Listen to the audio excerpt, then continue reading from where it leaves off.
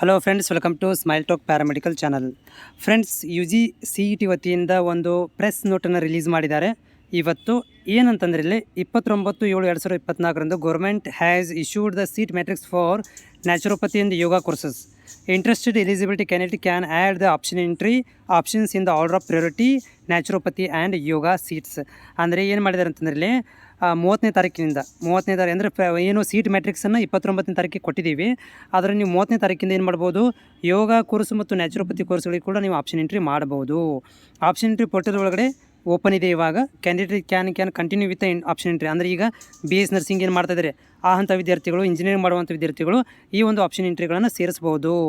Example ಇಲ್ಲಿ ಕೊಟ್ಟಿದ್ದಾರೆ: engineering, architecture, BSc nursing, ಆಮೇಲೆ ಫಾರ್ಮಾ ಸೈನ್ಸು, ವೆಟರ್ನರಿ ಸೈನ್ಸು, ಈ ಒಂದು ವಿದ್ಯಾರ್ಥಿಗಳು ಏನು ಮಾಡ್ಬೋದು ಅಂತಂದರೆ ಈ ಒಂದು ಯೋಗ ಮತ್ತು ನ್ಯಾಚುರೋಪತಿಗಳಿಗೆ ಏನು ಮಾಡ್ಬೋದು, ತಮ್ಮ ಆದ್ಯತಾ ಕ್ರಮದ ಅನುಸಾರ ಸೇರಿಸ್ಬೋದು ಅಂತ ಹೇಳಿದ್ದಾರೆ.